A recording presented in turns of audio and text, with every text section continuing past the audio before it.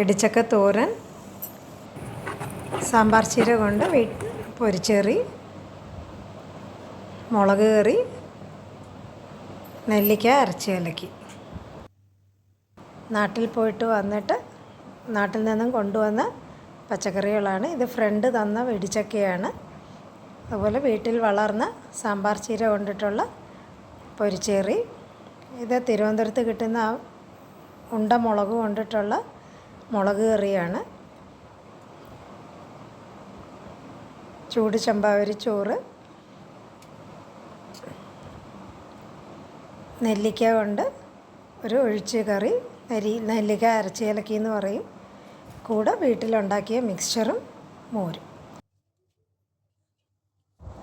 നാടൻ വിഭവങ്ങൾ കൊണ്ടിട്ടുള്ള ഒരു നാടൻ ഊണും പപ്പടത്തിന് പകരം മിക്സ്ചറും.